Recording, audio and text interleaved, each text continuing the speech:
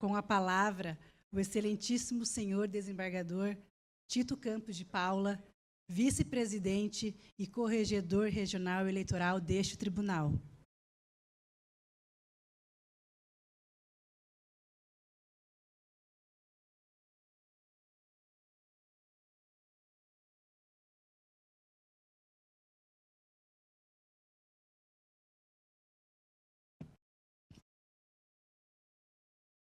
Doutor Pedro, lá na nossa adorável Ribeirão do Pinhal, havia meu tio Eloy e a nossa casa, a casa da nossa família, em frente, o bar dele. E o tio Eloy já estava naquela fase da vida em que se emocionava com qualquer pequena história e chorava. Aí meu irmão, aqui presente, falava para nós: fique aqui olhando, eu vou lá fazer o tio Eloy chorar. Chegava, contava uma história triste para o tio, e nós, do lado da rua, olhava e o tio realmente chorava.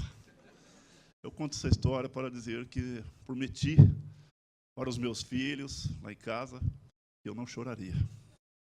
Sou muito emotivo, assim como o tio Eloy. Se o boi soubesse da força que tem, não puxava a carroça. E a abelha, da dor da picada, não roubavam seu mel. E a terra era terra, e o céu era o céu.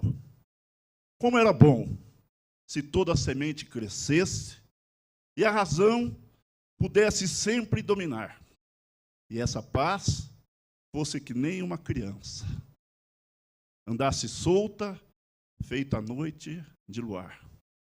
Se na inveja colocasse um cabresto, na ambição colocasse um cortador, na violência uma espora amolada, deixasse a rédea solta na mão do amor, não puxava a carroça. Letra, música, Terra e Céu, de Nando Cordel, cantor, compositor, instrumentista pernambucano. Visando cumprir com a intenção de realização de discurso curto, antecipo que não vou me estender em cumprimentos e agradecimentos, gestos que gostaria muito de expressar, mormente o da gratidão, que reputo ser uma das maiores virtudes do ser humano. Eis que ninguém consegue atingir seus ideais sozinho, sempre existe a ajuda de alguém. Assim, sempre temos muito o que agradecer. Por tal razão, quanto aos agradecimentos, faço referência ao meu discurso de posse como desembargador do TJ Paraná em março de 2003, registrado em vídeo no YouTube. Oportunidade em que, com todo amor e carinho, agradeci aos meus saudosos pais, Etelvina e Sebastiana, aos meus irmãos Pedro, Paula, Raquel, Romilda, Loide, João, Daniel e Eunice. À minha esposa Dalzisa, aos meus filhos Ticiane e Sócinas, à minha enorme parentela, formada por mais de 500 pessoas, aos meus amigos de infância, de faculdade, de trabalho, professores e, finalmente, aos meus irmãos de fé, que são milhões. Senhor presidente Luiz Oyama, que cumpriu com galhardia o seu mandato. Desembargador Gilberto Ferreira, figura humana ímpar, com quem tenho o privilégio de conviver desde 1989. Tive a honra de sucedê-lo na comarca de Ribeirão Claro, em 1991, e agora ocupar o seu lugar na Corregedoria Eleitoral. Quis o destino escolher 2 filhos do norte pioneiro do Paraná para juntos ajudar a comandar a justiça eleitoral paranaense. Saudações ao povo de Quatiguá e de Ribeirão do Pinhal, aqui representado pelo nosso prefeito. Quis o destino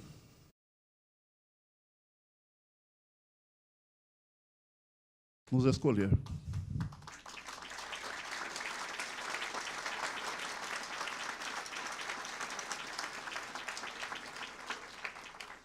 Doutores Pedro, Paulo Mota, Antônio Franco, Jean Lick, desembargador Luiz Fernando Penteado, pessoas que, ao longo do período eleitoral de 2018, passei a conviver de maneira mais próxima e conhecer as figuras humanas que são.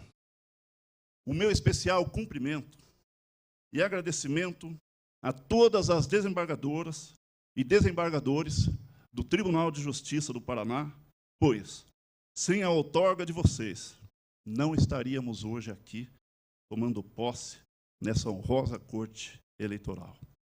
Em nome das pessoas nominadas, saúdo a todos os presentes e também àqueles que gostariam de aqui estar, mas, não importa o motivo, não puder estar. Acima de todas as coisas, agradeço a Deus pela minha existência e por tudo que sou.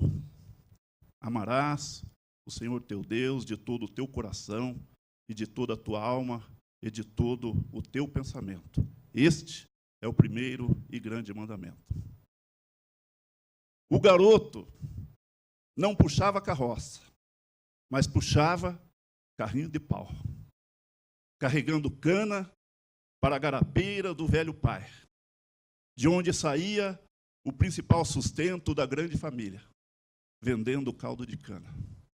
No inverno, para complementar a escassa renda, também puxava o carrinho, vendendo mexerica pelas ruas da pequena cidade.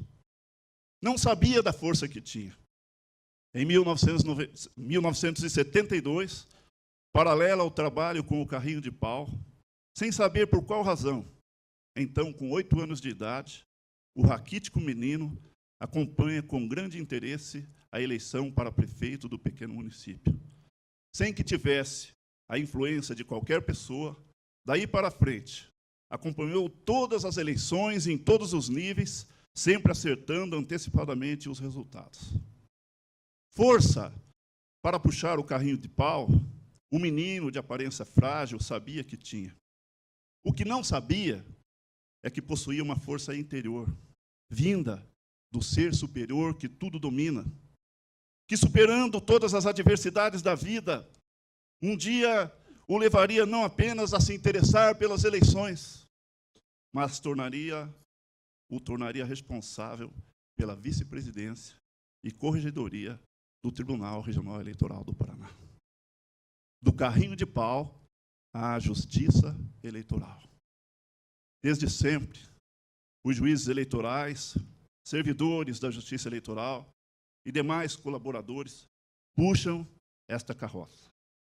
Os candidatos aos cargos eletivos pelo voto direto dependem dessa carroça para chegar ao destino desejado, os mais variados, desde a Câmara de Vereadores de Jardim Olinda, menor município do Paraná, até a presidência da República do Brasil. Até 1988, antes do advento da Constituição Cidadã, não se dava muita importância para esta carroça. Em alguns períodos, para determinados cargos, sequer tinham votos para transportar, pois não havia eleição. O juiz eleitoral, ao que parece, mais assemelhava-se a um mero burocrata responsável pelo carimbo da Justiça Eleitoral, conduzindo as candidaturas até a diplomação dos eleitos. Mesmo com a redemocratização vivida no pós-1988, em que o povo brasileiro se empolga, tudo era tido como uma grande festa democrática, a Justiça Eleitoral continuou a não ter reconhecido o seu devido valor. Em 1989, quando atuei pela primeira vez como juiz eleitoral na histórica eleição presidencial Lula-Collor, muitos atuavam na Justiça Eleitoral porque eram obrigados, e não porque gostavam. O valor que se recebia por tal atuação era tão ínfimo que se costumava dizer que seria melhor não haver remuneração alguma, visto o trabalho que se dava quando da declaração da irrisória verba para fins de imposto de renda. Comparando-se com a moderna estrutura existente, a Justiça Eleitoral era literalmente uma carroça. Cédulas de papel, urnas de lona, não havia fóruns eleitorais, a maior parte dos servidores era cedida pelos municípios, os resultados das eleições eram trazidos por veículos até Curitiba. Com a evolução, conseguiu-se transmitir alguns dados via telex emprestados do Banco do Brasil. Veio a modernização. O meio de votação e o transporte do voto tornou-se mais seguro e eficaz, instantâneo. a era digital, as mídias sociais, tentativas de retorno à era do voto de papel, ataques gratuitos contra a confiabilidade do sistema eletrônico de votação e de transmissão dos resultados. Subestimou-se a força da justiça eleitoral. Ela aparentava ser extremamente frágil. Não sabia da força que tinha, só puxava a carroça. Esqueceu-se do básico. Se quiser despertar a força de alguém, subestime. A força eclodiu como um vulcão adormecido. Em cada fórum, em cada tribunal eleitoral, em cada sessão de votação desse imenso Brasil, ministros, juízes, servidores e colaboradores da justiça eleitoral, unidos com serenidade, mas com muita firmeza, tomaram, acima de tudo, atitudes. E demonstrou-se que a justiça eleitoral não pode ser subestimada. Isto por uma razão extremamente simples. É ela que transporta a mercadoria mais importante de uma nação, o direito ao voto. Sem dúvida alguma, o direito ao voto deve ser colocado em destaque porque é a partir desse direito que se originam todos os demais direitos. De fato, logo no artigo 1º, parágrafo único da Constituição Federal, restou consagrado que todo poder emana do povo, que o exerce por meio de representantes eleitos ou diretamente, nos termos desta Constituição. Por sua vez, este poder decorre do primeiro fundamento do Estado democrático de direito da República Federativa do Brasil, que é a soberania, prevista no caput do citado artigo 1º. E de que forma este poder que emana do povo se concretiza, seja por meio de representantes eleitos ou diretamente? Se concretiza através do direito ao voto, consagrado no artigo 1º da Constituição, que assim dispõe: a soberania popular será exercida pelo sufrágio universal e pelo voto direto e secreto, com valor igual para todos. Realmente, o direito ao voto não é um direito qualquer, é um direito que se constitui em uma das cláusulas pétreas da nossa Constituição, ou seja, aquelas que não podem ser alteradas. Artigo 60, parágrafo 4º, inciso 2º da Constituição. Não será objeto de deliberação a proposta de emenda tendente a abolir o voto direto, secreto, universal e periódico. Em face de tal relevância, na Corregedoria do Tribunal Regional Eleitoral, vamos nos dedicar com todas as nossas forças para cuidar em todos os detalhes, para que de nenhuma forma o direito ao voto seja prejudicado. Por quê? Se a abelha soubesse da dor da picada, não roubavam seu mel. E não se ouse roubar, de qualquer forma, o direito ao voto, que forma o mel da democracia. Com certeza, será sentida a dor da picada dessa grande colmeia formada por todos aqueles que atuam na justiça eleitoral. Certa vez, ouvi um testemunho sobre um senhor residente em uma cidade do interior do Nordeste. Tinha ele uma pequena propriedade rural e, para desempenho de suas atividades, possuía uma junta de bois que puxavam sua carroça, ou seu carro de boi. Certo dia, em razão das adversidades da vida, deu seus bois de trabalho como garantia de uma pequena dívida. Não podendo efetuar o pagamento, sofreu um processo judicial. Humilde, de muita fé e honesto que era, sequer se defendeu. Com dor no coração, lágrimas nos olhos, silenciosamente, viu o oficial de justiça cumprir com o seu dever. Seus bois de trabalho, desembargador Xisto, foram levados. Tentou vendê-los em leilão, tentou-se vendê-los em leilão, ninguém os arrematou. Não havendo outra alternativa, a instituição credora contratou uma pessoa na localidade para abater os bois e vender a carne. Levados para o local de abate, o abatedor, pelas características, todo boi de trabalho tem determinadas características e comportamentos, percebendo que se tratava de bois de trabalho, sentenciou: existe um código de honra entre os abatedores de gado. Boi de trabalho não se abate, ele só morre de velho. Merece respeito. Finalmente, sem ter o que fazer, a instituição devolveu os bois ao humilde agricultor e sua pequena dívida foi perdoada. A justiça eleitoral transporta o direito de maior valor de nossa nação, o direito ao voto. Logo, merece o mais absoluto respeito de todos aqueles que atuam na justiça eleitoral, para todos aqueles que atuam na justiça eleitoral.